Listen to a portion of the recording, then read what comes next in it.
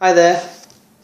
We're just coming to the end of Harry Hill's Matt Millz. Ordinary schoolboy or the world's youngest stand-up comedian. There was a small speaker mounted on the wall that relayed all the action from the stage. They could hear the warm-up man trying to make the audience laugh. The show was about to start. "Is there any way to turn that off?" said Matt anxiously. "It's making me nervous." Kitty reached an experienced hand up to the volume knob on the side of the speaker and turned the sound right down. "You seem to know this place pretty well," observed Matt. "Yes, I used to come here quite a lot when Grandpa had an office here," she said. "Ah, yes, the great Bernie Hopstein," said Matt.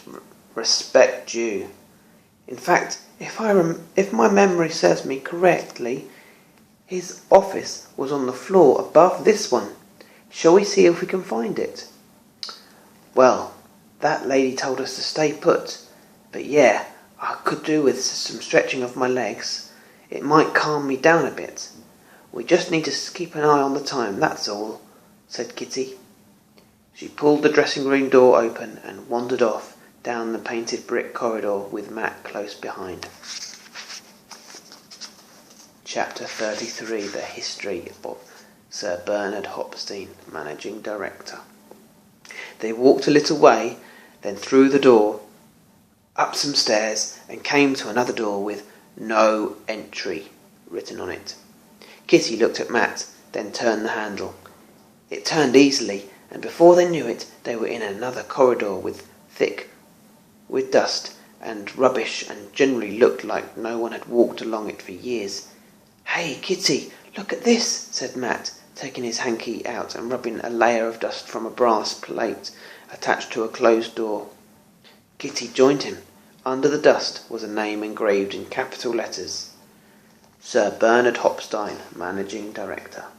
"This is it," she said, and tried the door handle. It wouldn't budge at first, but with a little bit of a wriggle and a big push from Matt, it jolted open, and the two of them walked inside. The office looked like a bomb had hit it. There were chairs strewn higgledy-piggledy around a wooden panelled room. In the centre was a large oak desk with an old-fashioned angle-poised light on it, and next to it a metal filing cabinet. The floor was strewn with piles of ancient paperwork. The whole lot was covered in a thick layer of dust. It obviously hadn't been touched for years. Matt looked at Kitty, mouth agape in wonder. "Untidy bloke, your grandpa, isn't he?"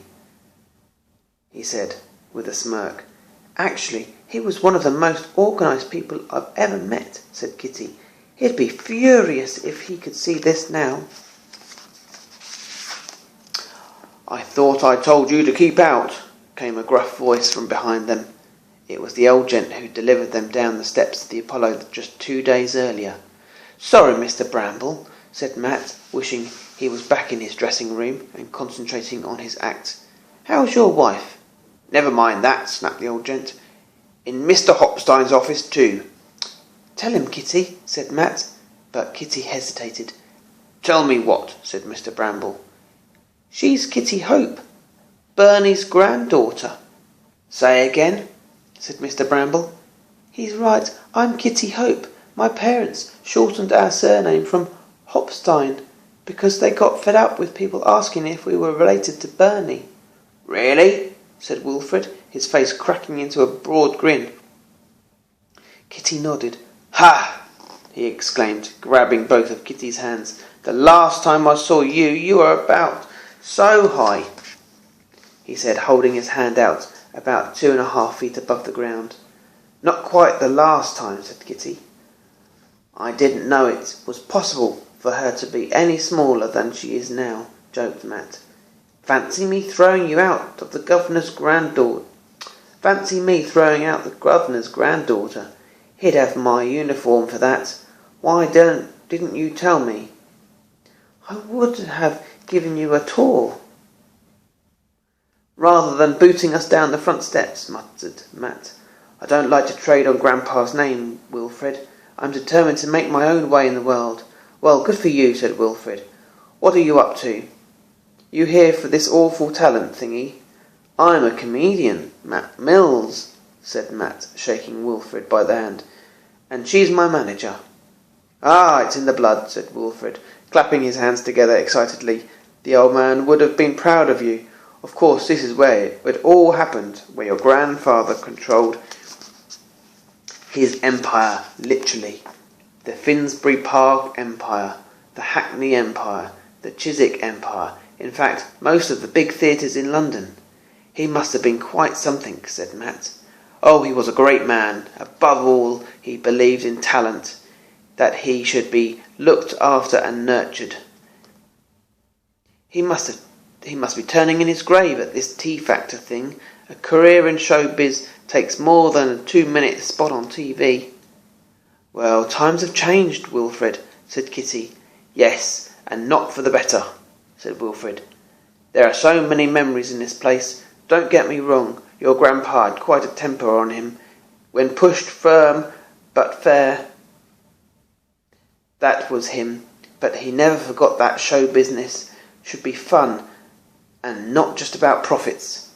I can remember him saying to me that we should never forget us show people, as he called us, that most people are stuck working in some office somewhere in a job they don't like, just to pay the bills, and that of us lot. We're lucky for you who ran away and joined the circus. We'd escaped the rat race. I'd never forgotten that. Yes, he was a good sort, the best. There you are. I've been looking for you everywhere. It was the production runner, and she seemed a little bit annoyed. I thought I told you to stay in your dressing room. Hey, said Wilfred, you can't talk to her like that. She's... But before he could finish, the runner delivered her bombshell. I've been trying to find you because there's been a change in the running order. One of the other acts has fallen ill, and you're taking his place. You mean... Yes, you're on. That's where we'll end tonight. See you soon.